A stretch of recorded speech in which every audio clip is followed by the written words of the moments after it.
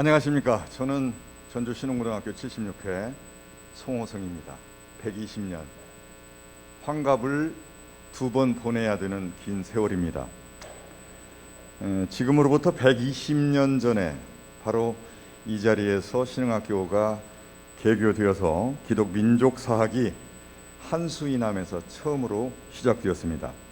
구한말에 시작한 신흥학교는 장구한 세월 동안 수많은 인재를 배출하였습니다. 그들이 한국 근현대사 고비고비에 국가와 민족을 위해서 헌신함으로써 오늘의 대한민국이 되도록 하는데 기여했음은 두말할 나위가 없습니다. 더구나 복음의 전진기지로서 우리나라 복음화에 큰 역할을 담당해옴으로써 바로 그 120년의 역사 속에 건화기념이 찬연히 빛나지 않은 때가 없었다, 이렇게 말씀드릴 수가 있겠습니다. 120주년을 맞는 이 기쁨을 가급적 많은 분들과 함께 나누고 새로운 도약을 기약하는 모교가 되길 기원하는 마음을 담아서 오늘 이 시간 저희는 신흥학교의 현재를 살펴보면서 미래를 준비하도록 하는데 도움이 되는 시간을 갖고자 합니다. 이 자리에 정영택 총동문회장, 이미종 신흥고등학교 교장, 이용규 총동문회 명예회장이 함께했습니다. 안녕하세요. 반갑습니다. 예, 신흥학교 교장 선생님은 이 세 분 중에서 가장 기쁜 마음이 크시겠다는 생각이 듭니다. 그러지 않습니까? 예, 그렇습니다. 우리 신흥학교가 120주년이 되었습니다. 네. 우리 전주 신흥학교 동문만이 아니라 이 지역사회의 자랑이고 대한민국의 자랑이 될 수 있는 학교라고 생각합니다. 많은 그 교장 선생님들이 있지만 120주년의 학교 교장으로서 역할을 감당하는 게 그 보통 일은 아니거든요. 예, 굉장히 영광스러운 일이지요. 네네. 많이 부족하지만 이 120년 이 기점을 해서 다시 한번 도약할 수 있는 꿈을 꾸겠습니다. 네, 듬직한 마음이 듭니다. 이 120주년이 갖는 의미가 있을 텐데요. 교장 선생님이 보실 때 어떤 의미라고 생각을 하십니까? 예, 120년 전에 우리 신흥학교는 김창국이라는 한 학생으로 시작했습니다. 네. 한강 이남의 최초의 학교라는 이름도 붙어 있습니다. 그런 의미에서 120년은 우리 신흥학교의 굉장히 중요한 역사적 시점이라고 생각합니다. 우리가 90년사를 발간했는데요. 네. 100년사를 이제 꿈꾸었습니다. 100년사를 쓰면서 90년사에서 부족한 부분, 또 채워야 될 부분, 오류가 있다면 그것을 좀 바로잡는 부분들을 해서 100년사를 집필하고자 했으나 그러지 못했습니다. 그런데 올해 120년사를 집필하게 되어서 네. 굉장히 중요한 신흥학교 역사적 정리라고 생각합니다. 네. 또 120년은 아까 이제 우리 사회자님도 말씀하셨듯이 이제 우리 동양인들이 그 60갑절 2번 이렇게 돌아가는 때라고 그렇죠. 얘기하고 있지 않습니까? 이주갑이라고 하죠. 이주갑. 네. 예, 그렇습니다.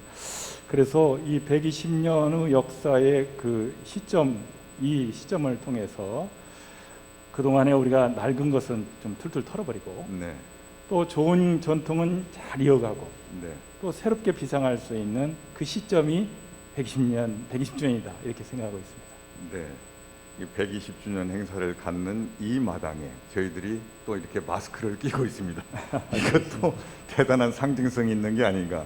조속히 마스크를 벗고 우리가 자유롭게 생활하면 좋을 텐데 120주년 이후의 신흥학교가 그렇게 새롭게 변모하는 미래를 개척해 나가길 바라는 마음이 간절합니다. 아무튼 120년 동안에 우리 신흥학교가 지역사회에 끼친 영향, 또 뭐 성과, 이런 것들은 다른 어느 학교와 비교할 수 없을 정도로 클 걸로 생각되는데 우리 동문 회장님께서 어떤 성과와 업적이 있었는지 말씀해 주시죠. 네, 구체적인 것은 지금 앞에서 세미나, 학술서 세미나 이런 데를 통해서 많이 조명이 되고 있습니다. 네. 근데 그분들이 우리 총동문 그동안에 120년 동안 배출된 5만여 동문들 중에 한 분들입니다. 그래서 그분들의 조명은 학술 세미나를 통해서 밝히고, 그 동문들이 나오기까지 우리 학교의 건학이념학과 빛과 소금이 되는 그런 사회의 동량으로서 중요한 그 밑거름이 됐지만, 네. 또 우리 신흥학교의 또 그런 중요한 모토는 지인용입니다. 네. 이 지인용이라는 그 모토를 저희 동문들이 마음에 새기고 있기 때문에 그런 훌륭한 동문들이 나오지 않았는가 생각을 합니다. 네. 신흥학교에서 배우고 경험한 것들, 이런 지인용이란 신흥 정신을 가지고 주변을 밝히라, 이렇게 교육을 받았기 때문에 이런 동문들이 많이 배출되고 있는 것 같습니다. 네. 앞서 이제 소금과 빛이 되라는 가르침 속에서 많은 동문이 배출됐다라고 하는 말씀하셨잖아요. 네. 지역 사회에 우리 동문들이 나오셔가지고 소금 역할, 빛 역할 하실 수 있다는 것만으로 얼마나 많은 역할을 끼쳤나, 선한 영향력을 끼쳤나 하는 것을 생각해 볼 수 있겠다는 생각이 드는군요. 네. 예. 그리고 신흥학교 120주년을 앞두고 도심 그 곳곳에 플래카드가 걸려 있는데 120년 동안 대한민국과 함께했습니다. 이런 내용의 글이 적혀 있거든요. 예, 이게 쉬운 일은 아니에요, 사실. 대한민국과 어느 특정의 학교가 120년을 함께했다라고 자부심이 잔뜩 담겨 있는 내용의 글귀를 올렸는데요. 그만큼 그 이유가 타당하게 있었기 때문이 아닌가. 우리 명예회장님이시죠? 총동문회 이용규 명예회장께서 한번 말씀해 주시죠. 예, 대한민국과 함께했습니다라는 의미, 그 말에 함축된 의미가 다 포함됐다고 생각합니다. 그건 우리 신흥학교가 일제 강점기, 또 6.25 전쟁, 또 한국 현대사에서 민주화의 격동기 속에서 오늘날에 이르기까지 우리 신흥인들, 신흥학교 졸업생들이 역사의 현장에 있었기 때문에 이런 말씀을 감히 드릴 수 있다고 생각합니다. 네, 저 120년 전에 레이놀즈 선교사와 김창국 학생, 학생이 한 명이고 또 스승도 한 분이셨겠죠. 그렇게 해서 신흥학교가 태동이 됐었는데 당시에 선교사들이 이 지역에 신흥학교를 세웠을 때는 뚜렷한 건학이념이 있으셨을 거예요. 그 건학이념이 무엇인지, 그리고 신흥학교의 정신이 있다면 그게 무엇인지 우리 교장 선생님께서 설명해 주시죠.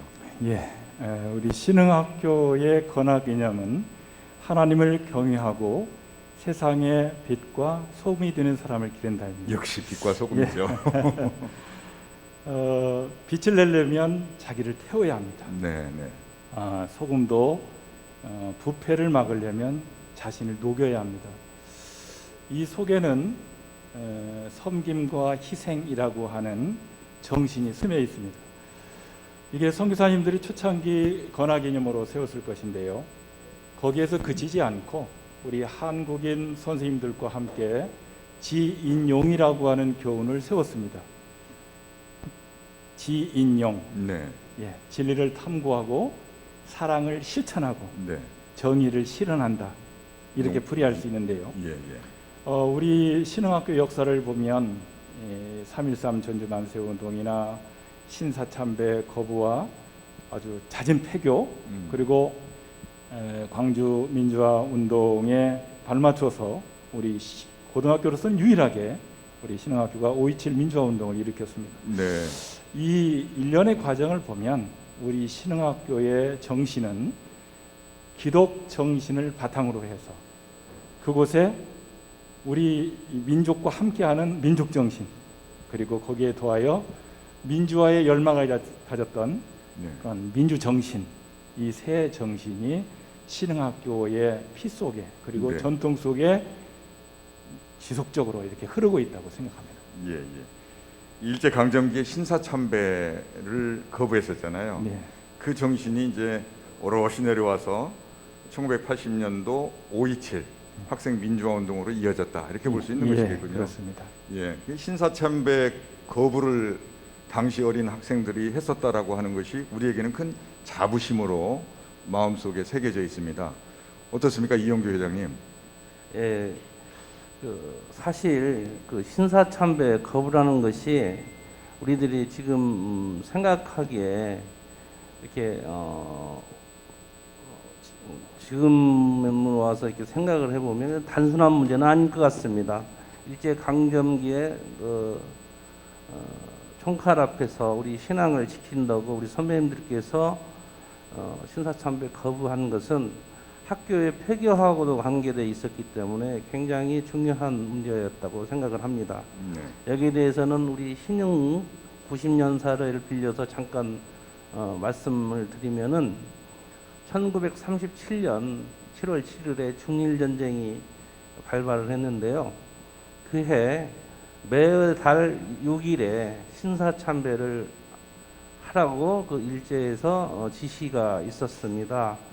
그 당시에 우리 신흥학교 학생과 기존학교 학생들은 다가공원에 있는 신사에 참배를 강요를 당해서 학생들이 신사 참배를 갔었습니다. 그런데 거기에서 일제 순사들의 구령에 맞춰서 신사 참배를 하는데 우리 신흥학교 학생들이 자기 신앙을 지키기 위해서 신사 참배를 거부를 했습니다. 네. 그래서 그 순사들이 다시 재차 구령을 해서 신사 참배를 강요했으나 이마저도 거부를 했기 때문에 신사 참배장이 난장판이 되었고 우리 기존 학생들은 그 자리에서 엎드려서 우는 학생, 뭐 이렇게 앉아서 우는 학생 이렇게 많았다고 이렇게 기록이 네. 되어 있던 것 같습니다. 이것은 우리 선배님들께서 우리 신앙을 지키기 위해서 신사참배를 거부한 건 또 그렇게 함으로 인해서 우리 신학교가 폐교를 당할 위기에 처했으나 우리 신학교 선생님들께서 잦은 폐교를 결정하여서 우리 신학교가 폐교당한 걸로 그렇게 기록이 되어 있습니다. 120년 역사 가운데 폐교 기간이 있는 거예요. 예. 가슴 아프지만 그게 우리의 또 자랑스러운 흔적으로 남아 있습니다. 그렇죠. 우리의 아픔이 어떻게 보면 아픔을 통해서 기쁨으로 승화될 수 있는 시기이기도 하다. 이런 생각을 가져볼 수도 있겠습니다. 올해가 이제 신흥학교의 개교 120주년, 그리고 5.18이 광주민주항쟁이죠. 40주년. 5.27 학생민주화 운동도 역시 40주년. 40년 전에 이 세 분 가운데서 어느 분이 당시 신흥학교를 다녔는지 모르겠어요. 아무래도 우리 정영택 네. 동문 회장님이 아니실까. 예, 1980년은 제가 대학에 들어가서 새내기로 있었을 때입니다. 그렇군요. 이제 한참 그 해방감을 맛보고 그다음에 네. 좀 대학생을 즐기려고 하는데 네. 5.18이 이제 발발을 했죠. 그래서 네. 5.27. 예, 어, 5.18이 먼저 발발을 하니까 5.18 광주민주화 운동. 그래서 상여를 메고 민주화는 죽었다, 네. 민주주의는 죽었다 이렇게 해가지고 하는데 그 순간에 우리 후배들은 음. 교정에서 몸살을 이렇게 앓고 있었던 것 같습니다. 네. 그 전두환 신군부 계엄군이 광주에서 많은 시민군들을 학살하고 일반 시민들을 학살할 때 그 신흥고 전체 학생들이 이런 그 울분을 참지 못해서 1,500여 학생들이 5월 27일에 신흥 민주화 운동이라고 지금 명명을 하고 있지만은 그 5월 27일 아침 예배가 끝나고 1교시 종이 울리지 않습니까? 네. 그러니까 그걸 신호로 해서 일제히 그 운동장으로 뛰쳐 나왔어요. 네. 그때 방송실에서는 애국 신흥인에게 고함이라는 유인물이 또 낭독이 됐습니다. 그러니까 미리 철저히 준비를 했다는 얘기겠죠. 학생들이 쓴 우발적인 것이 아니고 그 이제 그런 현상이 생기니까 얼마나 엄중한 시기인데 계엄군들, 그다음에 진압 경찰들, 옛날엔 전투 경찰이라고 해서 네. 많은 경찰들이 있었지 않습니까? 뭐 탱크도 예, 예, 그리고 배치가 되고 탱크도 이 대학교 교정 앞에 탱크가 있는 것을 제가 직접 또 봤거든요. 네. 근데 근데 고등학교 예, 그 인근까지. 탱크도 하고 그다음에 페퍼포그라고 지금은 잘 모르겠지만 그 최루탄 발사, 자동 발사, 그 네. 자동차까지. 예. 그다음에 다가공원에는 사무사단 계엄군 사단장이 와 있고, 네. 그다음에 경찰 진압 경찰 단장이 또 와 있고. 근데 선생님들 입장에서는 지금 광주에서도 사람들을 많이 죽였는데 우리 학생들이 이 데모를 하다가 또 혹시 큰 불상사가 생기지 않을까 해서 선생님들은 선생님대로 교문 밖으로만 나가지 말아라. 네. 그래서 교내에서 이제 전두환 물러가라, 뭐 비상계엄 해제하라, 독재 타도 민주 수호 이렇게 목이 터져라 외치면서 네. 교내 시위를 하게 됩니다. 그 여파로 5월 28일부터 6월 1일까지 5일까지 학교 문을 또 한 번 닫게 됩니다. 우리 역사의 이제 두 번째 문을 닫게 됐는데, 그때 선생님들이 또 피해를 당하셨어요.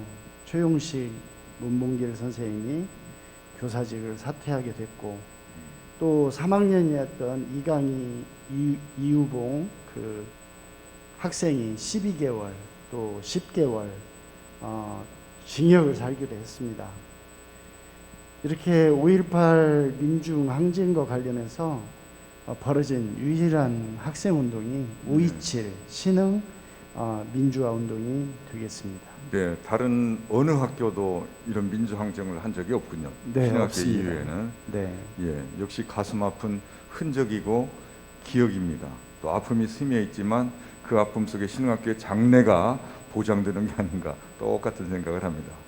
예, 우리 신사참배 겁으로 학교가 몇 년간 쉬었던 기간이 우리의 더 밝은 미래를 담보하는 것처럼 말이죠. 자, 우리 신흥학교 그런 아픔들을 딛고 국건이 120주년을 맞고 있는데 그 사이에 많은 인물들이 배출되었습니다. 이용규 회장님이 아마 그런 인물들을 잘 아실 것 같아요. 예, 아까 우리 신학교가 배출한 우리 동문들이 한 5만여 명 되는데 그 중에서 몇 분을 이렇게 소개한다는 게 참 죄송스럽긴 한데 한번 몇 분을 한번 소개해 보면, 최초로 대한민국 그 하버드 대학 최초의 박사를 했던 우리 하경덕 박사님, 또 중국 3대 음악가이신 우리 정일성 선배님, 또 민중신학을 연구했던 우리 서남동 우리 목사님, 초대 서울시장을 지내셨던 우리 김영민 선배님, 또 거창고등학교를 설립하고 운영하셨던 우리 전영참 선배님, 또 우리 이단 문제에 대해서 탁월한 식견을 가지고 계셨던 우리 탕명환 선생님, 목사님, 또는 안디옥교회를 창립하신 우리 이동희 목사님 등 많은 선배님들이 계십니다. 그리고 또 빼먹었는데요. 우리 육선 국회의원을 지내셨고 우리 국회의장을 지내시고 현재 46대 국무총리로서 우리 코로나와 싸우고 계시는 우리 정세균 선배님도 계시네요. 네, 빼놓을 수 예, 없으시는 예. 분이죠. 예. 이 코로나 정말 걱정입니다. 120주년 행사 끝내고 온전히 다 사라지길 바라는 마음이 간절합니다.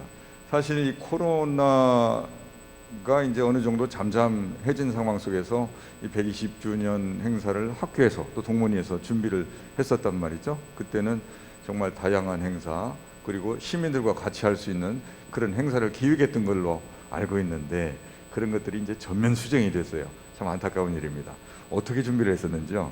예, 정영택 총동문위장님 말씀해 주시죠. 일단은 그 우리 이미종 교장 선생님이 학술적인 세미나를 많이 준비를 했습니다. 월요일에서 금요일까지 많은 세미나를 120년을 아우를 수 있는 이런 의미에서 세미나를 준비를 했는데, 저희 동문회에서는 그것을 피날레를 장식할 수 있는 행사, 음악회, 축제를 토요일로 오늘로 이렇게 기획을 했었습니다. 근데 사회적 거리두기하고 그다음에 코로나19 그런 때문에 비대면으로 이렇게 축소하고 이렇게 네. 행사를 하게 됐습니다. 120주년을 우리 신흥 동문회와 또 전주 시민, 또 더 나아가서 우리 신흥학교의 역사를 같이 하는 여러 기관, 또 주변에 계신 분들 계신데도 불구하고 그 비대면으로밖에 할 수가 없는 그런 형편이 되었습니다. 세미나는 교육, 선교, 학생운동 이렇게 세 가지로 했었는데, 그 외에도 그 동문 선후배 재학생하고 장래를 고민하고 설계하는 멘토 멘티 행사, 또 원로 선배님들하고 같이 하는 기념 토크쇼, 이런 것들이 우리 동문들의 자부심을 더욱 증진시키고 함양시키는 그런 행사일 거라고 생각을 했습니다. 근데 어쩔 수 없이 이런 비대면 언택트로 이렇게 진행을 하게 됐습니다. 이 자리를 빌어서 여러 가지로 애써주신 관계자 여러분께 감사의 말씀을 올립니다. 네, 비대면이지만 상호 간의 마음속에서 흐르는 건 아주 접촉력이 강하고, 대면보다도 더 끈끈한 그런 내용으로 서로 오고 갈 줄 믿습니다. 그래서 우리 120주년의 의미가 더 크게 부각되는 행사가 될 것이다. 이 비대면, 우리 지금 토크쇼도 진행을 하고 있습니다. 좀 관중이 없는 가운데. 그렇지만 이 영상물은 앞으로 10년, 50년, 100년 혹은 더 이상 그렇게 가면서 끈끈하게 신흥학교에 대한 아름다운 이야기들이 전달될 걸로 생각이 됩니다. 자, 120주년을 맞아서 이것저것 얘기를 해보면서 이제 한없이 얘기할 수 없거든요. 하루 종일 얘기해도 이야기할 거리는 무궁무진하겠지만, 이제 장래의 비전을 우리가 생각을 해보면서 정리를 해야 될 것 같습니다. 아무래도 교장 선생님께서 비전 제시를 해주십시오. 예. 오늘 우리 선생님들뿐만 아니라 이 지역사회 연구가들, 그리고 기존에 우리 학교에 계셨던 선생님들, 또 많은 그 선교사님들과 함께 각 분야, 특히 이제 선교 분야, 교육 분야, 학생운동 분야, 이렇게 세 부분으로 나누어서 저희들이 깊게 120년들을 성찰해 봤습니다. 이를 바탕으로 해서 우리 신흥학교는 새롭게 도약을 해야 될 때다, 이렇게 생각을 하는데요. 특히 인문계 고등학교에서는 대학 입시라고 하는 그 울타리에서 크게 벗어날 수가 없습니다. 그렇지만 우리 신흥학교만의 큰 장점이 있습니다. 5만여 동문들이 멘토가 되어준다면 우리 후배들은 훨씬 더 비약할 수 있는 그런 계기가 되겠다 해서 제가 꿈꾸기는 이번에 이제 멘토 멘티 행사를 이제 일대 다지만 일부만 했거든요. 앞으로 우리 동문 5만 동문과 우리 전체 학생들 1대1 멘토, 이걸 한번 꿈꾸고 싶습니다. 네. 그래서 온라인이 됐든 오프라인이 됐든 우리 동문들은 좀 끌어주고, 우리 이제 학생들은 거기에 따라서 더 열심히 공부하는 학생, 그래서 미래 200년의 신흥을 빛낼 수 있는 학생으로 성장해 갈 수 있도록 했으면 좋겠다. 이게 이제 제가 꿈꾸는 거고요.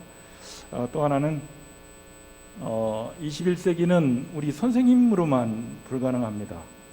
선생님들이 가르치는 것 가지고는 어렵다는 판단을 합니다. 그래서 이 지역사회와 함께하는 교육공동체, 그것을 우리는 이제 마을 교육공동체라고 표현하는데요. 우리 학교 이외에 이 지역에 아주 유수한 그 교육 기반 시설이 있습니다. 그래서 그 시설들과 함께하는 학교, 예를 들면 전북대나 전주대에 아주 좋은 교수님들과 함께하는 진로진학 프로그램, 또 그 무형유산원이나 뭐 전주문화원이나 역사박물관이나, 그리고 특히 우리 인문계고등학교에서 좀 소홀했던 부분이 이제 21세기의 테크노와 관련된 부분이거든요. 그래서 전북 테크노파크와 연계해서 IoT나 로봇이나 인공지능 분야는 거기에는 연구원들이 좀 와서 우리 학생들에게 강의할 수 있는 기회를 이렇게 만들었었는데, 코로나 상황 때문에 그 일을 하지 못했습니다. 그게 이제 아쉬운데요. 앞으로 좀 그렇게 적극적으로 좀 공부를 했으면 좋겠다 하는 것이고요. 마지막으로 우리 신흥학교가 그동안에 120년 동안에 이뤄낸 이 성과라면 성과, 업적이라면 업적이 있습니다. 이 부분을 이제는 우리 걸로만 그치지 아니하고 우리 지구촌과 나눌 수 있는 그런 꿈을 꿔봤으면 좋겠다. 그래서 이제 우리 고등학교, 중학교 선생님들과는 이 강당, 그리고 이제 다시 지을 체육관, 이 공간들을 좀 임대해서 이 지역사회와 함께해서 꿈꾼다면 우리 신흥학교가 120년을 기점으로 해서 해외 선교학교, 신흥학교 분교도 한번 만들어봤으면 좋겠다. 그런 꿈을 꾸고 있습니다. 그래서 우리 학생들이 교류도 하고 그 지역의 어려운 학생들을 데리고 와서 여기서 교육시켜가지고 다시 되돌려보내서 그 지역 사이에 그 이인 전 지구촌에 선한 영향력을 끼칠 수 있다면 우리가 120년을 통해서 얻어낸 성과를 이제는 이 전 지구촌과 함께 나눌 수 있지 않겠나, 네. 이렇게 꿈꾸기를 해보고 있습니다. 역시 빛과 소금의 역할이군요. 예, 그렇습니다. 예.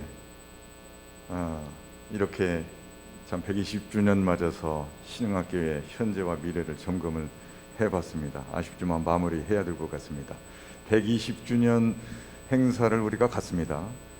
130, 140주년은 잘 모르겠습니다. 그러나 150주년은 아마 틀림없이 행사를 갖게 될 테인데 그때 우리 다시 한번 모입시다. 예, 발전된 학교 이야기도 나누고 후배들에게 들려줄 수 있는 이야기가 있다라면은 서로 소통할 수 있는 자리를 가졌으면 좋겠습니다. 다들 그때까지 건강하시기를 바라겠습니다. 오늘 말씀 감사합니다. 예, 수고하셨습니다. 네, 이제 거리 곳곳에 이제 설치가 됐죠. 120주년을 알리는 플래카드입니다. 120년 동안 대한민국과 함께했습니다. 이런 내용이 적혀 있죠. 앞서도 말씀을 드렸습니다만 오늘 대담을 통해서도 이 역사적 사실이 증언이 된 것 같습니다. 네, 30년 후 150주년 때는 이런 내용이 적힌 플래카드를 내걸었으면 좋겠습니다. 신흥학교는 온 인류와 함께했습니다. 이렇게 말이죠. 네, 인류 건강복지에 이바지하는 신약 개발을 해내는 인물도 배출되고요. 유엔 사무총장도 나오고 노벨상 수상자도 나오고 세계 복음화에 이바지하는 목회자, 세계 평화를 견인하는 그런 인물들이 나온다라면 얼마든지 온 인류와 함께했습니다라는 플래카드를 내걸 수 있게 될 것입니다. 120년 전 선교사들이 이 척박한 땅에 세운 신흥학교가 세계 만민에게 이익을 주는 하나님의 교육 동산이 되길 간절히 기도하면서 오늘 신흥학교 120주년을 맞아서 마련한 특별 토크쇼 1부를 여기서 마칩니다. 감사합니다.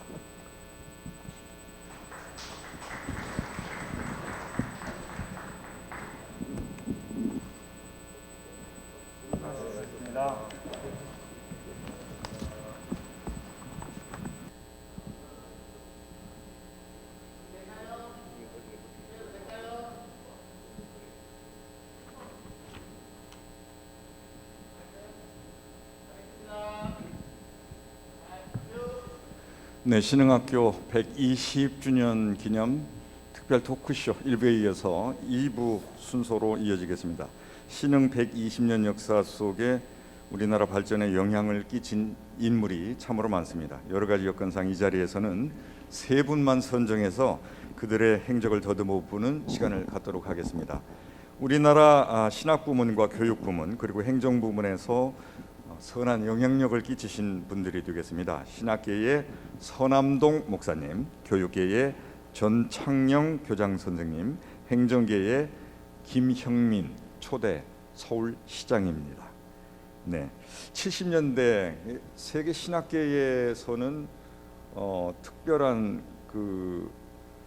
신학들이 이렇게 일어나게 돼요. 유럽에서는 정치 신학, 남미에서는 해방 신학, 북미에서는 흑인 신학이 이제 활발해지던 때인데 우리나라에서도 민중 신학이라고 하는 것이 나옵니다. 그래서 서구 신학계로부터 한국의 대표 신학이다, 뭐 이렇게 평을 듣던 때가 있었는데 민중 신학을 일군 인물이 바로 우리 동문입니다. 죽재 서남동 목사님이신데요. 어느 분이 말씀을 해주시겠습니까? 네, 마이크를 살려주세요. 네, 제가 하면 됩니다. 제가 먼저 말씀드리겠습니다. 서남동 목사님은 우리 신흥학교가 배출한 아주 훌륭한 목회자이자 신학자이십니다. 예, 먼저 그 서 목사님의 호를 보면은 죽재라고 되어 있거든요. 그 죽재라는 아호는 서동문 목사님의 은사이신 김계준 목사님이 지어줬다고 합니다. 그 서남동 그 목사님이 돌아가시기 2개월 전쯤 그 아호를 받았다고 그래요. 그래서 아호를 보면은 그 은사님이 그 서남동 목사님의 그 인품을 충분히 반영했다고 생각이 듭니다. 그 죽재라는 그 한문을 보면 대죽자하고 집재자인데 여기에는 용모와 뜻이 밝고 항상 깨끗하고 네, 지조와 마음은 곧고 또 비어 있고 학문은 넓다 이런 뜻이 담겨 있다고 그럽니다. 그래서 평소 때 자기 제자를 판단할 때 이렇게 생각하면서 죽재라는 그런 아호를 지어줬다고 합니다. 네, 애석하세요. 그런데 아호를 받으시고 예, 암으로 돌아가신 걸로 알고 있습니다. 이분이 84년도 7월달에 돌아가셨는데 아마 치유장암으로 네, 한국에 돌아오시자마자 몇 개월 후에 돌아가셨다고 합니다. 예, 김재준 목사께서 아호를 그렇죠. 주셨군요. 예. 예, 뭐 사제 관계가 그렇습니다. 맞습니까? 그 서남동 그 목사님께서는 언제 신흥학교에 들어오셨나요?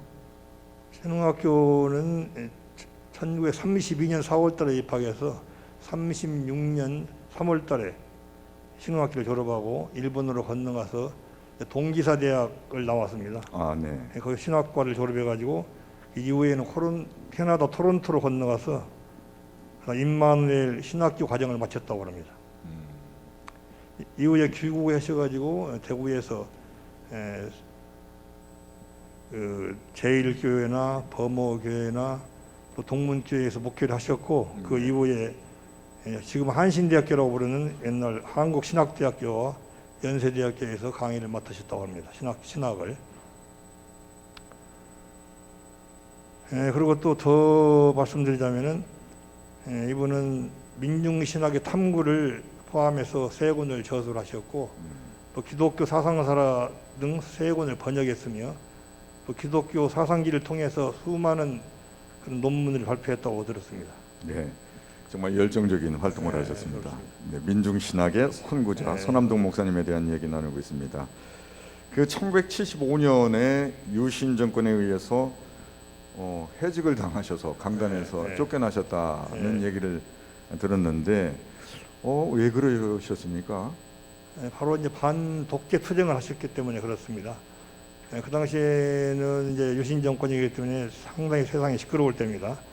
그래서 74년도에 그 기독교인들이 그 한국 그리스도인의 신학적 성명에 대해서 참여를 했는데 그걸로 빌미를 해서 대학에서 이제 쫓겨나셨고 그 이후 76년도에는 3.1 민주구국 선언이라는 것이 있습니다. 그 당시에 이제 윤보선, 김대중, 김동완 이런 분들이 같이 서명을 했는데 그 서명했다는 그런 이유로 당시에 긴급조치라는 것이 있었죠. 그 긴급조치 위반으로 또 구속되어 가지고 22개월의 형을 받았다고 합니다. 네. 그래서 그 이후로 우리 나라에서는 한참 후회가 되었습니다만은 국민훈장 그 모란장을 훈장을 받았다고 합니다. 네, 반독재 투쟁 예. 목사님께서 또 신학자께서 예. 쉬운 일은 아닐 텐데요. 또 이해가 또 쉽게 안 되기도 하고 뭐 정치적인 거하고는 좀 멀리 해야 된다 이렇게 말씀하시는 예. 분들도 계시고 예. 그런데 우리 서남동 목사님께서는 아주 치열하게 사셨군요. 그렇죠. 이분은 이제 목회자이고 신학자입니다만은 양심적인 그 행동을 실천했다고 할까요? 말과 행동이 언행일치가 되는 말로서만 아니고 항상 행동을 모범을 보여준 그런 목사님이셨고 특히 민중 신학의 이제 선구자로서 알려져 있기 때문에 특히 민중하면 우리가 피지계급의 계급인 이런 일반적인 대중을 이야기하는데요.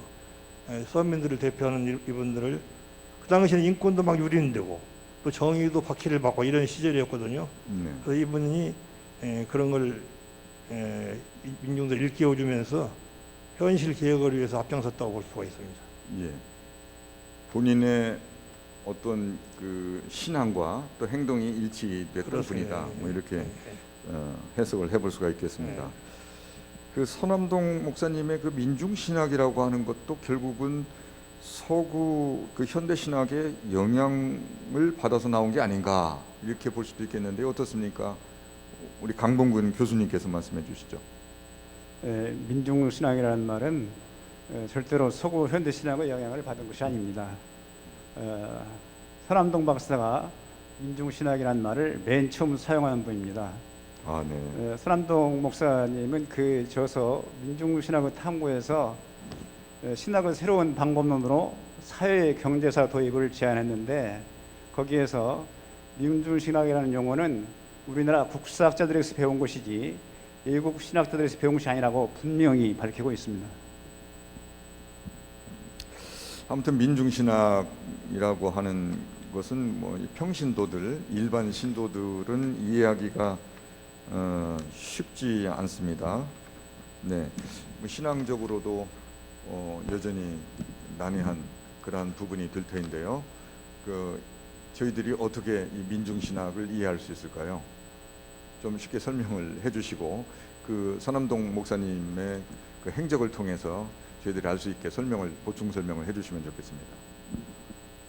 서 목사님은 마가복음서를 설명하면서 예수님은 예루살렘이 아닌 갈릴리에서 선교를 하셨는데 예루살렘은 그 지배자들, 귀주들 그런 사람들이 살고 있는 중심지, 서울이죠. 그런데 갈릴리는 귀주들이 아닌 농민과 어부들이 살고 있었다는 점을 들어서 예수님은 민중의 땅에서 민중 선교를 하면서 하나님의 나라를 선포했다 그렇게 말하고 있습니다. 민중신학은 바로 여기에 근거한다 그렇게 볼 수 있습니다.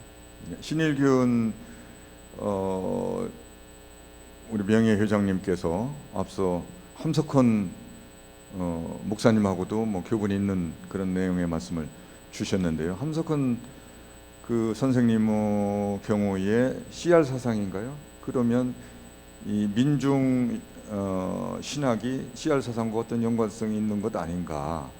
상관관계가 어떤 것인가 하는 생각도 드는데 여기에 대해서는 우리 정옥통 선생님께서 좀 말씀해 주실 수 있을지 모르겠습니다.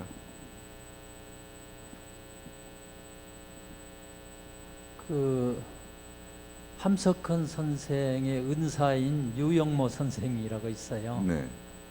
근데 그 유영모 선생이나 함석헌 선생님이 평소에 이제 생각해 오던 것이 결국은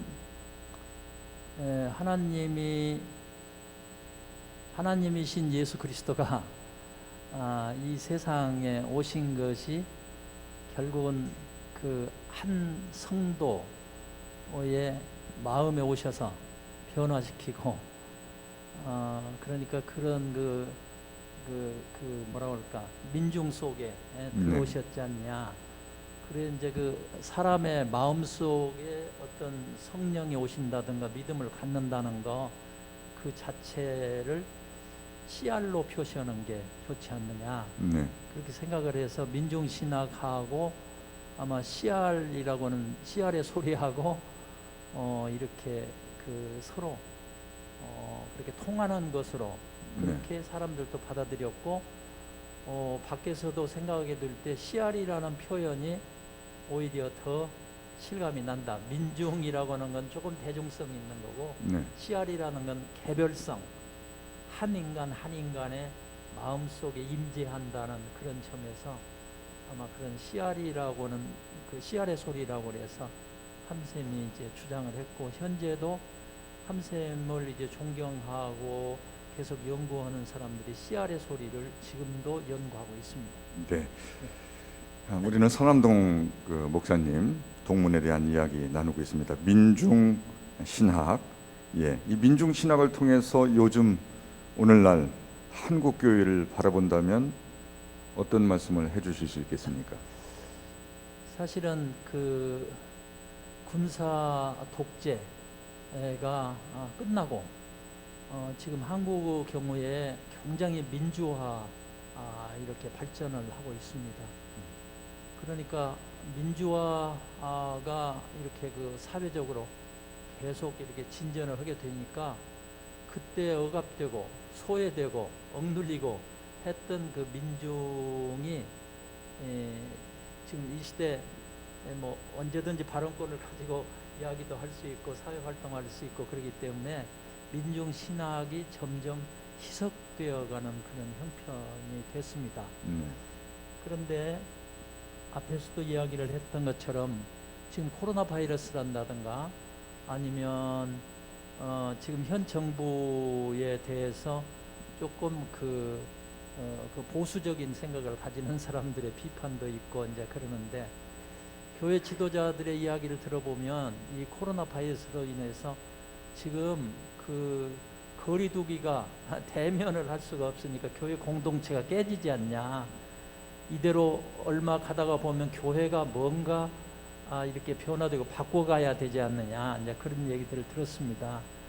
근데 이제 저는 이 오늘 그 씨알이나 민중 신학적인 그런 측면에서 볼 때 앞으로 교회가 이제 그 교회 공동체 대중을 생각할 것이 아니고 한 성도 한 성도 그 내면에 정말 예수님의 마음을 심는 성령 충만한 그런 방향으로 교회의 어떤 그 목회적인 방향도 바뀌어져 가야 되지 않겠냐. 네. 그래서 그분들이 빛과 소금의 역할을 감당할 수 있는 그런 이제 그 주님의 제자로 되어야 된다, 그런 생각을 해봅니다. 네. 네. 민중신학 서남동 목사님이 제창한 그 주님이 주시는 참된 그 진리를 그 안에서 네, 좀 찾아보는 노력이 네, 네. 오늘날 우리 교회 안에서 좀 있어야 네, 되겠다. 네, 네. 뭐 이렇게 정리를 네, 해봐도 되지 않을까 싶습니다. 신흥학교가 나온 민중신학자 죽재 서남동 박사, 서남동 목사에 대해서 알아보는 시간을 가졌습니다. 여기 세 분께서 수고 많이 해주셨고요. 자, 이어서 이제 토크쇼 2부 우리 자랑스러운 동문 가운데 김형민 초대 서울시장입니다. 보통 초대 대통령 하면 이승만 누구나 다 알죠. 근데 초대 서울시장 누굽니까 하면 대부분 몰라요. 그러나 신흥학교 동문이니까 우리는 좀 그 이름 석자를 기억하고 있어야 될 것 같습니다. 강봉근 교수님, 김영민 그 서울시장님이 완주 3례 출신이다라고 하던데 맞는 얘기인가요? 예, 김영민 시장은 원래 태어나기는 익산군 춘풍면 봉계리에서 태어났습니다. 그런데 후에 이 봉계마을이 둘로 나눠져요. 완주군 삼례읍 어전리 봉계마을, 익산군 춘풍면 인수리 봉계마을, 그렇게 나눠져갖고 이제 그 사람들이 뭐 출신에 대해서 여러 가지 얘기를 하지만은 제가 보기에는 원래는 춘포면이었는데 그것이 완주군과 익산군으로 나눠지면서 그가 살았던 집이 바로 삼례읍 어전리 봉계마을로 그렇게 된 것으로 볼 수 있습니다. 그래서 이분은 자기 고향은 삼례라고 그렇게 말한 걸로 봐서 태어날 때는 춘포면이었는데 나중에는 그 마을이 삼례가 됐다, 그렇게 볼 수가 있습니다. 하여튼 1907년에 익산 춘포면에서 태어났지만은 나중에 이제 주소가 삼례로 변했고, 김영민 동무는 삼례에서 기독교 학교인 영신학교를 다닙니다. 보통학교죠. 4학년 때 3.1운동이 일어나요. 그래서 이제 학교가 쉬다가 가을에 다시 학교가 문을 엽니다. 바로 그때 그 큰아버지인 김은규 목사라고 하는 분이 너는 신흥학교로 가라. 그래서 4학년 말 잠깐 신흥학교에 등록을 해서 몇 달 다니고 그다음에 3월 달에 졸업하고 바로 4월 달에 신흥학교 고등과로 입학을 합니다. 그래서 1920년 4월에 입학을 해가지고 1924년 3월에 신흥학교 고등과를 졸업을 합니다. 특히 이 김문규 목사님은 신흥학교 당시 임시교장이었던 레이널드 목사님하고 굉장히 친했어요. 같이 선교 활동을 같이 다녔거든요. 그래서 자신을 그 학교 친한 레이널드 목사님이 있는 신흥학교에 편입을 시킨 것이고요. 그렇게 해서 신흥학교를 졸업한 김영민 동무는 1924년에 이제 한 6개월 쉬고 그 가을에 또 큰아버지가 주선을 해줘가지고 광주 숭일학교 역시 미션스쿨이죠. 거기 보통과 4학년 담임으로 발령을 받습니다. 그때 그 김영민 동문의 말에 하면은 신흥학교 1호 졸업생, 그러니까 최초의 신흥인 김창국 목사의 아들도 자기가 다니는 반에 있었다고 합니다. 그리고 자기 큰아버지 역시 최초의 신흥인 김창국 목사하고 아주 절친한 사이였다, 그렇게 얘기를 하고 있습니다. 이렇게 광주에서 1년 반 교사하다가 이제 도 배움이 갈급해가지고 유학을 갑니다. 하와이에 가서 고등과정을 한 2년 주로 어학 공부를 했고, 그래 마치고 오하이오주 에슬렌 대학에서 문학사 학위를 받고, 그리고 미시간 대학원에서 석사 학위를 받고 1933년에 7년 만에 금이 환영을 합니다. 네, 1920년대 그 무렵에 미국으로 유학을 가는 거 아니에요? 33년도에 돌아왔다고 말씀하셨죠? 네. 예, 아무튼 이제 고등학교, 대학교, 대학원까지 다니셨으니까 20년대에 미국에 간 것 같은데, 야, 그 옛날에 어떻게 그렇게 또 미국으로 유학을 갈 수 있었나라는 생각을 해요. 신흥학교 아니면은 힘든 일이었겠죠. 네, 신흥학교 아무래도 이제 선교사님들께서 가능성이 있고 또 믿음이 좋은 학생을 추천을 해서 또 유학을 갈 수 있도록 도움을 줬지 않았나 하는 생각도 해보게 되는데요. 아무튼 그렇다 하더라도 미국에서 고등학교, 대학교, 또 대학원까지 마쳤다라면 그냥 미국에서 얼마나 좋은 나라입니까? 사셔도 좋을 텐데, 어두운 조선 땅, 일제 치하에 있는 우리나라로 다시 옵니다. 귀국 후에 어떤 행적을 보였는지 우리 정옥동 선생님께서 좀 말씀해 주시죠. 아무래도 미국에서 영어권에서 그렇게 유학을 하고 그랬기 때문에 아마 한국에 와서 영어 선생으로 아마 송도 중학교에서 또 호스돈 학교에서 영어 선생을 이제 했습니다. 근데 강의 중에 아무래도 이야기하다 보니까 그 이승만 박사에 대한 이야기 같은 것도 하고, 그게 이제 일본 경찰에 이렇게 뭐랄까 들어가 가지고 일본 경찰이 볼 때는 이 친구 와가지고 한국의 독립을 위해서 뭐 하지 않느냐, 그런 그 생각을 가지고 결국은 이제 감옥에 잡아넣게 되는 그런 게 돼서 1년 이제 10개월 동안 감옥살이를 하게 됩니다. 그리고 나중에 이제 그 서대문 형무소에서 1944년 이제 10월에 이렇게 이제 추록이 되고, 그리고 그 형제들하고 함께 그때 당시에 이게 314라고는 그런 석유 상사를 열어서 사업을 하고 있었습니다. 근데 그때 당시 미국에서 유학했고 뭐 그런 인연으로 아마 군정시대니까 군정시대에 아마 이분을 발탁을 해가지고 그렇게 군정 그 기간 동안 아마 서울 그때 경성 부윤이죠.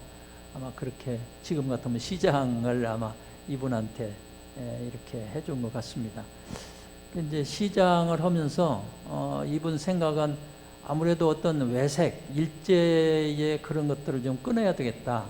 뭐 그런 생각이 있어서 서울, 그런 게 경성을 서울이라고 하고, 각 이제 그 서울의 행정적인 그런 그 서울의 행정구역 같은 거 이름도 그러니까 한국사원 그 이름으로 이제 그때 당시에 맞지하는 정을 동으로 한다든가, 통을 무슨 로 이렇게 한다든가, 정목 같은 것을 무슨 가 뭐 이런 식으로 아마 이렇게 변경을, 어떻게 말하면 혁신적인 이제 그런 거 외색을 이제 배제하는 이제 그런 큰 공을 세운 것 같습니다. 네. 뭐 을지로, 충무로 뭐 이런 것도 그때 나오게 됐다면서요? 예, 거기에 대해서 조금 제가 부언을 해서 몇 가지 말씀드리겠습니다. 김영문 동무는 이제 경성부를 서울시로 바꾼 후에 앞서 말씀하신 대로 역사학자 34명을 동원해서 자문을 받습니다. 그리고 지명을 우르식으로 고쳤는데요. 앞에 말한 것 외에도 두드러진 것은 우리 역사상 유명한 인물들의 이름을 또는 호를 따서 거리 이름을 붙인 것입니다. 을지문덕, 세종대왕, 원효대사, 충무공 이순신, 태계이황, 또 민충전공 그런 사람 이름을 따가지고 을지로, 세종로, 원효로, 충무로, 태계로, 충정로 이렇게 지명을 바꾼 것입니다. 지명에는 그 지역의 혼이 담겨 있는 것입니다. 그래서 김영민 동문이 일본식 이름을 우리 어리 담긴 이름으로 바꾼 것은 바로 일제의 잔재를 청산한 것이고 민족의 정신을 부활시킨 쾌거라 할 수 있습니다. 다만 아쉬운 거 하나 있는데요. 지금도 수대문구, 동대문구 구라고 하잖아요. 그 구도 일본식 이름입니다. 그래 이것도 바꾸려고 그랬어요. 그런데 이것은 시장 재량을 쓰는 것이 아니고 내무부 소관입니다.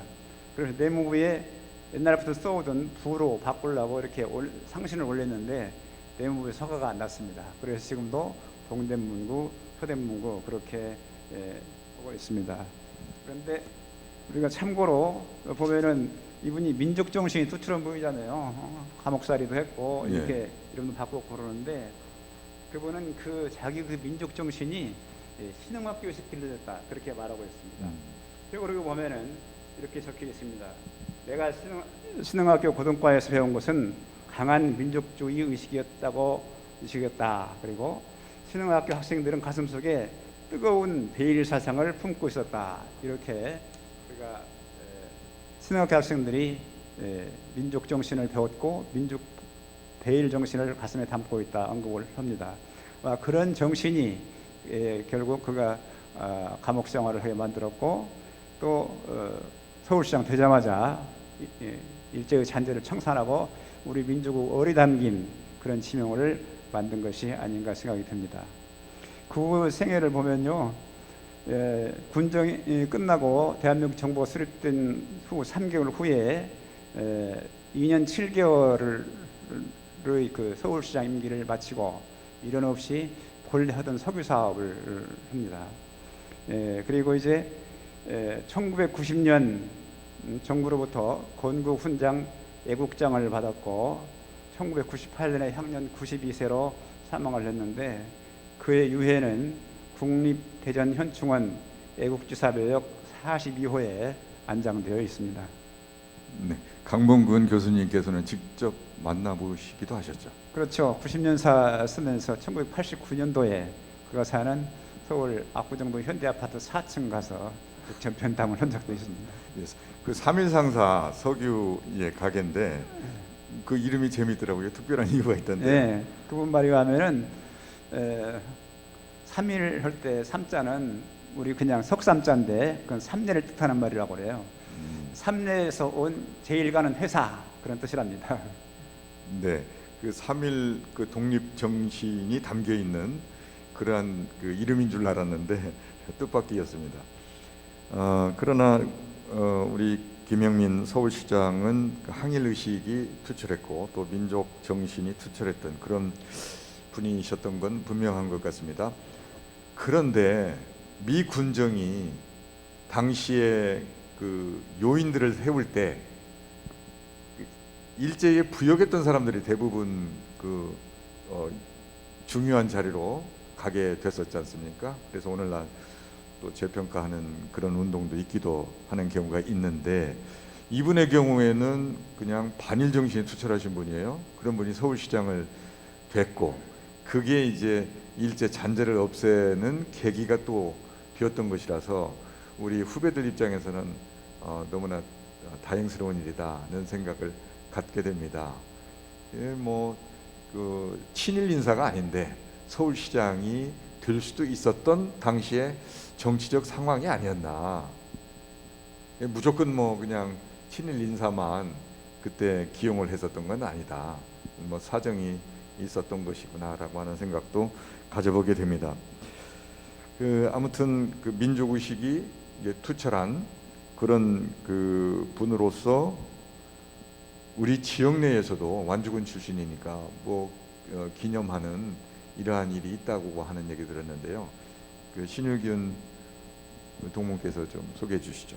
지금 그 안주군 경천면 용복리 일대에 보면은 그 추모 공원이 있습니다. 애국지사나 순구 소녀들 28위가 모셔져 있는데, 우리 김영민 동문도 그 28위에 들어 있습니다. 그래서 우리 모교의 큰 자랑거리라고 생각할 수 있겠죠. 네, 그 애국지사로 그렇습니다. 예, 그렇게 기념이 되는 것이겠죠. 그만큼 서울시장 재직 시에 아주 올곧게 네. 잘 시장직을 안수했다는 의미가 되죠. 지금까지 이제 초대 서울시장을 지내신 자랑스러운 신흥의 동문 김형민 초대 서울시장에 대해서 알아보는 시간을 가졌습니다. 역시 우리 도움을 주신 세 분께 감사드립니다.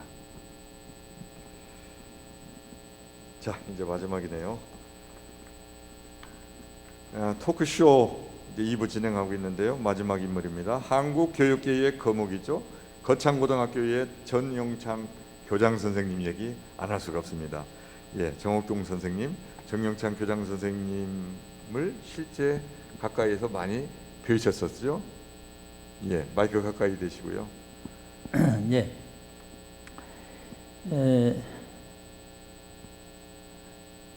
그 전영창 교장 쌤이 경남 교육감한테 그 해임 통지를 받고 학교를 나가시지 않을 때 제가 그 부탁을 받고, 또 사실은 정영창 교장 쌤 직접 전화를, 그때 저는 서울 있을 때인데 전화를 해가지고 지금 어려운 거창고등학교 이 형편인데 나들어 와서 좀 도와주면 좋겠다. 저는 도울 그런 능력도 없습니다. 그런데 이분이 너무 간곡하게 이야기했기 때문에 거기에 참여를 하게 됐습니다. 모교에 와서 우리 양영호 교장쌤한테 이제 이런 일이 있었다고 말씀하니까, 그분은 우리 1년 선배인데 학교 생활하게 될 때 너무 그 훌륭한 점을 많이 봐서 마음으로 존경하고 있는데, 또 대한민국의 정말 진짜 교육자인데 그분 일을 도와주는 것은 좋겠다. 그러면서 편지를 한 장 써가지고 당시에 대구 고등법원의 원장으로, 고등법원 원장으로 있는 그 원장님이 아마 신흥학교 동기라고 그래요. 양영옥 선생님이. 이항준 그 법원장입니다. 그 편지를 가지고 거기에 가서 우리 그 전영창 교장쌤의 지금 형편 같은 것도 말씀을 드리고 조금 도와주면 좋겠다고 부탁을 해라. 그래서 제가 대구를 거쳐서 가서 이망준 그 법원장을 만나고 거창에 가서 거창의 이제 교장쌤을 돕는 일을 일정 기간 하게 됐었습니다. 네. 네. 그렇게 인연을 갖고 계신데요. 네. 예, 전영창 교장 선생님이 어떤 인물인지 소개를 좀 해주시죠. 전영창 교장쌤 역시 그 전라북도 이제 무주군에 여울리라고 하는 아주 빈촌에서 태어나셨어요. 그러면서 이제 학교는 그 근처에 없으니까 그 안성면이죠. 안성면에 그거 약 2km나 떨어져 있는 곳에 학교를 해서 거기서 초등학교를 졸업했어요. 옛날 국민학교죠. 그렇게 하고 이제 그 선교사님을 이제 그 아버지나 할아버지가 아주 독실한 그리스도인이다가 아마 그 일제에 한 거는 독립 그 의지가 투철한 분이 돼가지고 그때 이제 선교사들이 관심을 갖고 신흥학교로 이제 끌어들여서 신흥학교 입학을 하게 됐고, 가난하니까 이제 공부를 할 수가 없으니까 근로장학생이라 그래가지고 교장실이나 아니면 그 화장실에 타고를 청소하는, 타고라는 건 이제 가르침을 이제 하는 거. 근데 그게 본인은 그냥 그 성실성 때문에 그렇게 열심히 하고 있었는데 그 후배들한테나 많은 그런 게 아마 그 감동을 줬던 것 같습니다. 그래서 이제 그분이 사실상 그 이제 선교사의 안내를 통해서 우리 신흥학교를 나오게 됐고, 그 우리 신흥학교를 이제 나오고 그럴 때 여기 그때 인턴 교장쌤이었는데, 인턴 교장쌤이 너 아무래도 좀 해외에 가서 더 공부를 해야 되겠다. 그래서 일본으로 보내서 일본에서 이제 고베 신학을 하게 됐습니다. 신학하는 도중에 아무래도 그 부모님, 할아버지 때부터 이렇게 받은 그런 이제 민족 정신이 있기 때문에 거기에서 뭐 좀 독립운동 뭐 참여했다 그래가지고 일본 경찰에 이제 잡혀서 감옥살이 하고 쫓겨나서 이제 모국에 이제 돌아오게 되는 그런 게 이제 됐었던 분입니다. 그 뭐 쭉 이제 한 일을 보게 되면, 그래 한국에 나와서 이제 그 해방이 되고 나니까 그때 당시에 또 선교사의 권유도 있고 공부를 더 해야 되겠다. 그래서 아마 미국에 가서 다시 그 석사과정을, 신학교 이제 석사과정을 그때는 이제 그 미국에 가서 그냥 신학 과정을 해서 웨스턴 신학 이제 그렇게 하고 그렇게 해서 재학 중에 갑자기 한국에 한국 전쟁이 났다라는 소문을 듣게 되고, 졸업은 한 학기가 남았는데 급한 마음이 생겼어요.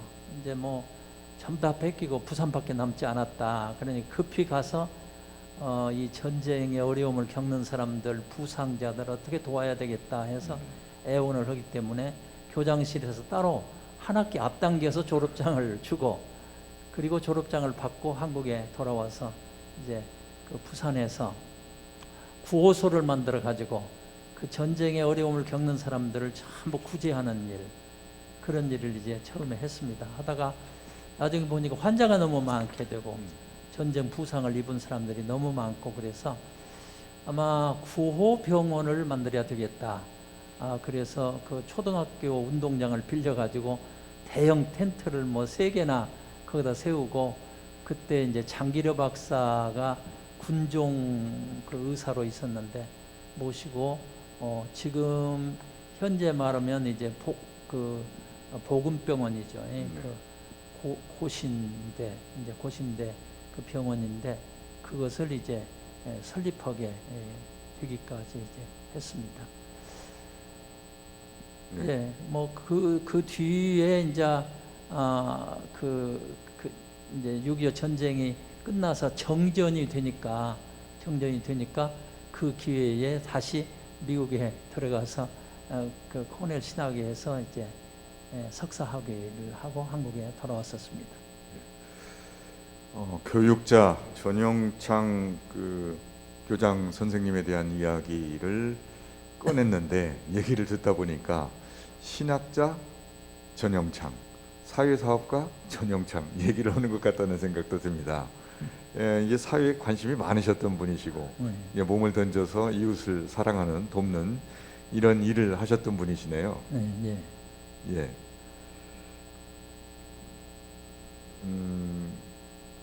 위해서 쭉 그렇지만 이분이 이제 그 석사 과정을 하고 한국에 돌아왔을 때 인턴 교장이 이제 그 우리 장평화 교장 선생님한테 신흥학교는 이제 인계하고 그때 대전대학, 지금은 한남대학이죠.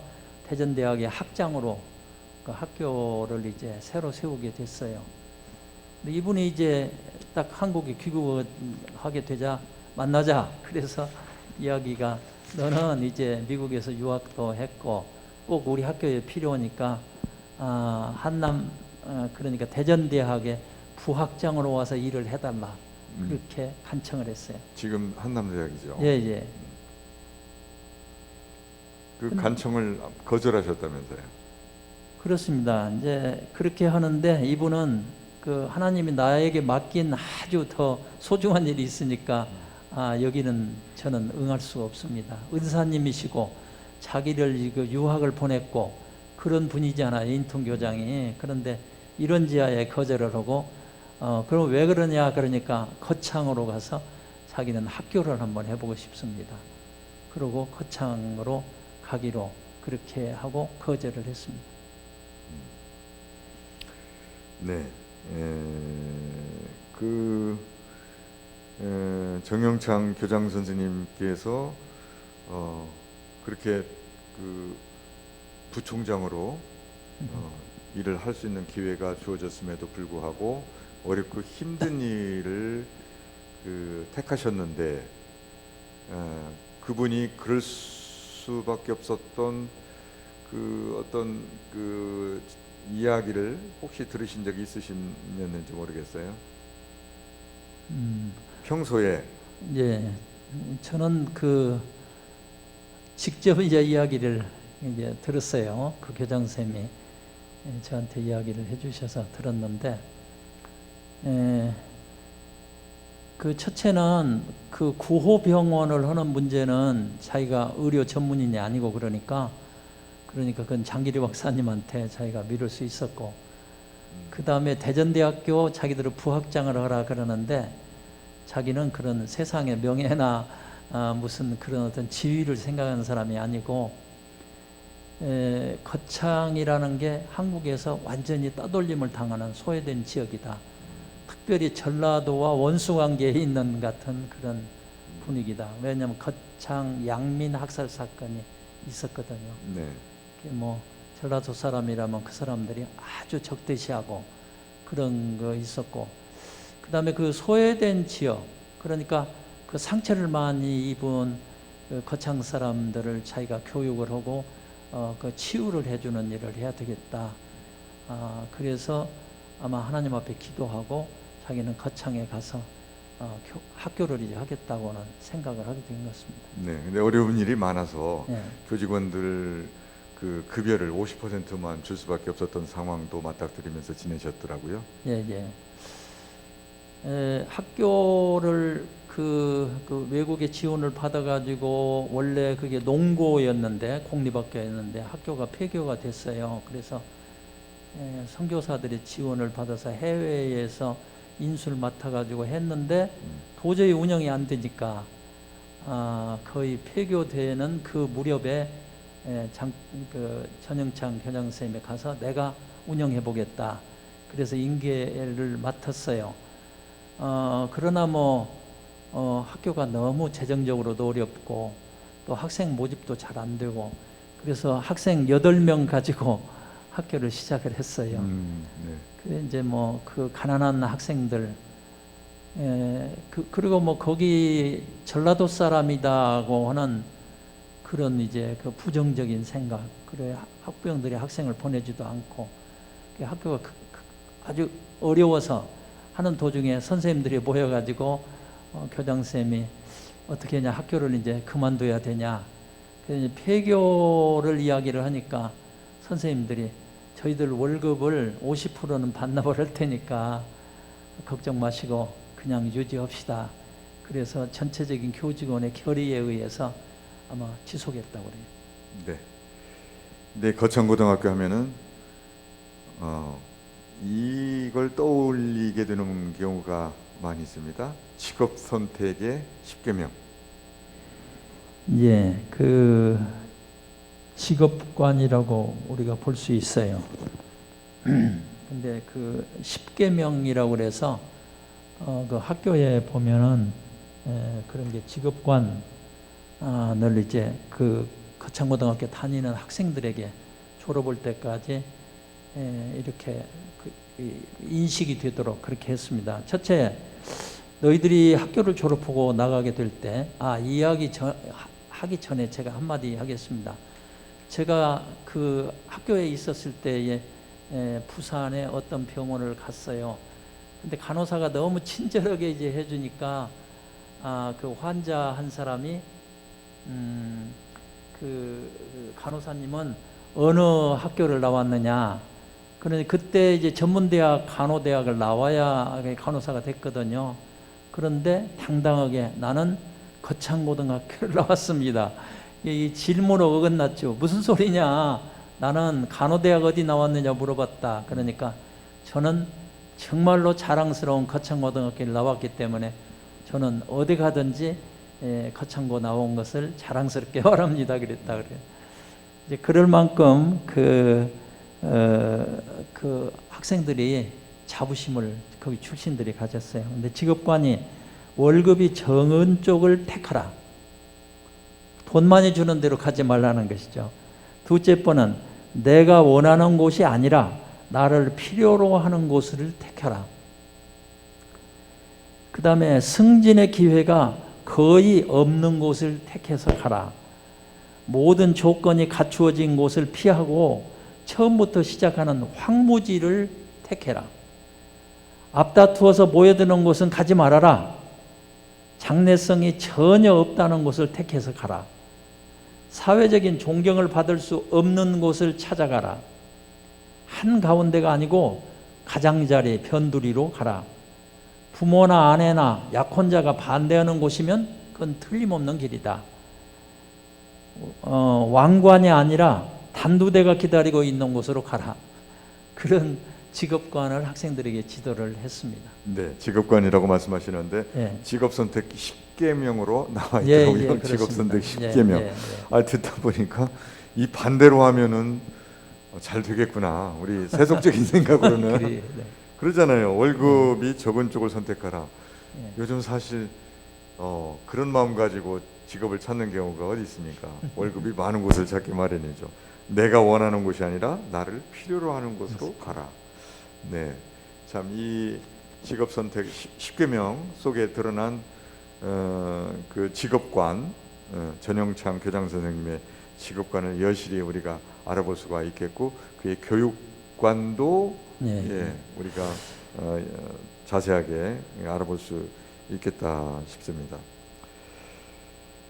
한 가지 제가 거기 같이 있으면서 뭐 아주 절실히 감동됐던 것은 그런 성격은 같은 교육자지만 나 같은 건 도저히 닮을 수가 없는 건데 학생과 그 교장인 교사와의 관계가 어떠면 친구 같은 관계, 그 사랑의 정신 때문에 정말 이 신흥학교를 나오고 기독교 가정의 성장이기 때문에 사랑을 말로만이 아니라 실천하는 그런 사람, 격이 없이 예를 들면 거기에서 행사 가운데 상당히 그 중요한 행사가 1년에 봄하고 가을에 이 야외로 가서 그래서 이제 2박 3일로 이렇게 야유회를 하게 됩니다. 근데 거기에서 이제 여러 가지 레크레이션이 벌어지고 그러면 교장 선생님이 그때는 학생인지 선생인지 모를 만큼 그냥 동화돼 버립니다. 근데 그분이 학생들한테 곰이다 이제 그런 별명을 지었는데 그런 이야기를 학생들이 이야기하면 그분은 막 헛웃음을 치면서 막 손을 들고 나는 곰이다. 학생들이 박수를 받고 그런 걸 봤어요. 그래서 얼마나 교육에 열정적이고 아이들을 사랑하고 정말 한 인격자로 아이들을 대하는 이제 그런 모습을 이제 봤습니다. 네. 훌륭한 교육자였다는 생각이 듭니다. 전영창 그 교장 선생님, 거창고등학교, 우리 동문에 대한 이야기를 하고 있는데요. 우리 그 두 분께서도 뭐 더 묻고 싶은 질문이 있으면 좀 이 기회에 해주시죠. 더 아시고 싶은 내용이 있으시면은. 제가 이제 정옥동 선생님의 이야기 듣고 궁금증이 좀 있었는데, 사실은 왜 자기 은사이신 인턴 대전대 학장 부학자의 파격적인 예우를 지금 해준 것이거든요. 뭐라고 할 때는. 근데 왜 이렇게 안 가셨는가 제가 궁금했는데, 지금 설명을 다 하시니까 제가 이해가 가네요. 그리고 장기대 박사는 이제 제가 같은 의사 입장에서 직접 만나뵙지 못했지만 아주 슈바이츠 박사 같은 그런 인물이라고 평가를 하고 있습니다. 우리 의사 사회에서는. 또 그분이 뭐 실력이 의사로 좋다기보다는 정말로 제대로 인수를 베푸신 분이고, 또 성직자 못지않은 그런 신앙심을 갖고 있다고 이렇게 알려져 있습니다. 그분이 평생 동안을 그냥 독자로 사셨다고 그러죠. 홀몸으로 그냥. 아마 제가 월남오셨다고 들었는데, 이제 본래 이제 결혼하셨지만은 월남에서는 혼자 사셨다는 얘기예요. 돌아가실 때까지 독신으로. 그렇게 알고 있습니다. 아주 존경하는 분이라고 내가 말씀을 좀 드리고 싶네요. 네, 우리 강봉근 교수님. 저도 한 가지 말씀드리겠습니다. 경남 교육감이 전영창 교장 선생님을 삼선개헌 반대했다고 해임시켰다고 그랬거든요. 그거 자꾸는 이해가 안 되는 것 같아요. 좀 더 실제 이유가 있지 않았는가 한번 말씀해 주시죠. 근데 일단 그때에 이제 박정희 대통령 삼선 개헌을 하려고 하던 때이기 때문에 아마 전국에서도 그렇게 일어난 일이 별로 없었던 것 같은데, 제일 먼저 거창 시내 조그마한 이제 읍 동네죠. 근데 거기서 교장 선생님이 진두지휘를 해가지고 거창고등학교 학생 그렇게 많지도 않은데 이끌고 거기서 아주 데모를 하고 외쳤어요. 반대 데모를 한 것이죠. 그래서 이제 눈에 벗어나게 됐어요. 거기다가 그 거창의 국회의원, 옛날에 우리나라 육군 참모총장을 지냈던 박병권이라고 하는 이제 장군이었는데, 그분이 그러니까 민족이 나갈 길이라고 하는 박정희 대통령의 책을 학교에 전달하느라고 뭐 50권인가 얼마를 전달을 했어요. 그랬는데 이제 그 교장 선생님은 그 서무과장을 불러가지고 아마 국회의원이 상당히 아마 정치 자금이 부족한 것 같다. 그래서 한 권에 요즘 같으면 10,000원씩 쳐가지고 돌려드리라. 뭐 이제 그런 일들이 있고, 그래서 아주 미운 털이 뱉겼죠. 그런데 이제 어떻게 구실이 있어야 쫓아낼 거 아니에요.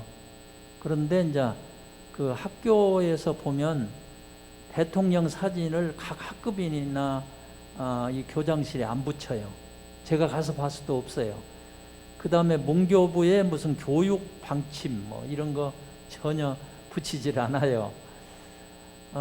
그리고 이제 교련 교사를 국가가 이렇게 추천하고 지명한 사람 받아야 되는데 그러질 않고 그 거창고 출신, 군대 출신을 데려다가 교관을 시켜가지고 군사훈련을 한다고 하고 있어요. 이제 이런 것들이 그때 당시에 굉장히 눈에 까시였죠. 거기다가 조사를 해보니까 교사 가운데 무자격 교사가 너무 많아. 다니기는 이제 서울대, 고대, 연대 모두 출신들인데 이 사람들이 군인 가기 전에 그 공백기에 와서 가르치는 거예요. 막 모집을 해가지고 와서. 그리고 군대 갔다 와서는 다시 복교를 준비하기 위해서 1년 혹은 2년을 약속하고 와서 또 선생을 하는 것이죠. 그러니까 무자격 교사가 생긴 거예요. 그 다음에 이분은 이제 한 학급씩 운영을 했는데 그 학급의 정원이 입학할 때 64명이면 그 다음에 2학년 올라갈 때도 그 입학 때 그 인원이 도중에 만약에 그 퇴학을 당하거나 아니면 본인 자퇴를 하거나 간에 그게 정원으로 유지돼야 되는데 그 부족한 것을 2학년 올라가고 또 채워요. 그러니까 그것은 그 학생 정원 이렇게 오버가 됐다. 뭐 이런 것들이 구실이 돼가지고 교장 해임을 이제 하고 이사회에다 통보를 했어요. 근데 이사회에서는 아니 이렇게 훌륭한 교육자를 어떻게 그만두라고 하냐 해서 결의를 안 해버렸어요. 그러니까 나중에 그 뭐랄까 해임 통지를 그냥 해버린 것이죠. 그렇게 됐어요. 네, 그 전영창 교장 선생님 사모님과의 관계는 어떠셨나요? 사실은 그 나중에 그 신학 그 석사 과정을 하러 이제 가게 될 때 사모님 한국에 놔두고 혼자 이제 가게 됐었죠. 그래서 그게 거의 3년 이상 이렇게 시간이 걸렸고 그 안에 이제 뭐 계속 뒷바라지 하느라고 사모님이 고생을 많이 했는데 제가 가서 보니까 거기에 학교 선생 가운데 전영창 교장 선생님 처남이 있었어요. 그러니까 아무래도 누나고 그러니까 누나한테 뭐 속에 들은 이야기가 있었겠죠. 그러니까 저를 만나면 그 이렇게 이야기를 하는 거예요. 전영창 교장 훌륭하다고 그러고 학생들은 막 이렇게 뭐랄까 존경하고 그러는데 가정사를 보면 자기가 볼 때는 위선자다. 그러면서 자기 누나를 너무 고생시키고 있다. 그런 얘기 하더라고요. 근데 가만히 보면 설교 준비를 한다든가 책을 본다든가 할 때 집에 안 들어가시고 교장실에서 그대로 계속 있는 거예요. 그래서 이제 사모님이 너무 소외되고 있다. 근데 제가 가정에 가서 사모님을 보면 너무 너그러우셔요. 그리고 교회 기성교회의 교장선생님 안 나가요. 안 나가고 학교 안에서 학생들하고 교사들하고 모여서 예배를 드려요. 근데 사모님은 꼭 이 개척교회를 가서 전도사로 이렇게 계속 섬기고 그런 걸 봤어요. 근데 그걸 사모님은 다 받아들여줘요. 그러니까 아주 품이 넓은 그릇이 큰 것이죠. 그래서 아마 교장 선생님이 그런 일을 힘쓸 수가 있지 않냐 그런 생각이 돼요. 사모님의 넓은 가슴 때문에 그렇게 한 것 같다. 그래서 객관적으로 보면 아마 조금 그 가정 관계가 문제가 있지 않느냐 그렇게 생각하는데 네. 내막으로는 전혀 그런 것이 아니에요. 예. 거창 고등학교 그리고 신흥학교와의 그 관계는 어떤 거라고 생각을 하시는지요? 저는 그 신흥학교에 와서 인턴 교장 같은 분의 그 사랑으로 여기서 교육을 받았고 또 외국에 유학도 했고 그러니까 기본적인 것은 저는 그렇게 생각해요. 가정의 아버지나 할아버지의 영향, 그 다음에 신흥학교에 와서 정말 그 믿음으로 이렇게 성장했기 때문에 그분이 그렇게 고집하면서 거창고등학교를 이렇게 육성한 것이 아니냐. 그리고 거창고등학교는 제가 갔을 때도 그렇습니다만 서울의 인류대학에 많이 시골 학교인데도 많이 진학을 하게 되는 그런 훌륭한 학교를 만들었다고 생각해요. 이것이 결국은 우리 신흥학교가 배출한 훌륭한 믿음의 교육자라 저는 그렇게 생각하고 있습니다. 네, 역시 120년 역사 속에 또 교육자로서 또 우리가 이렇게 기념해 볼 만한 그런 인물이 바로 전영창 교장 선생님이다는 생각을 하게 됩니다. 자, 교장 선생님, 전영창 동문 이야기까지 해서 이제 저희들이 우리 신흥 동문 세 분에 대한 이야기를 나누었습니다. 정말 오랜 시간 동안 고생 많이 하셨습니다. 감사합니다. 네. 예, 오늘 이 시간 그 신학과 교육과 공직 이 세 분야 대변하는 자랑스러운 동문 세 분 소개를 해드렸습니다. 신흥학교 120년 역사 속에 5만 명의 그 동문이 졸업생이 배출되었습니다. 5만 명의 삶의 흔적과 기록은 또한 이 사회와 공동체가 올곧게 지탱되게 하는 기둥으로 혹은 모퉁이 돌로 혹은 한 장의 벽돌로 자리하고 있습니다. 이들 모두 역시 자랑스러운 신흥 동문들입니다. 하나님의 은혜와 사랑이 120주년을 맞는 모든 동문과 학교 위에 영원히 함께하길 기도하면서 신흥 개교 120주년을 기념하기 위해 마련한 특별 대담 여기서 모두 마칩니다. 감사합니다.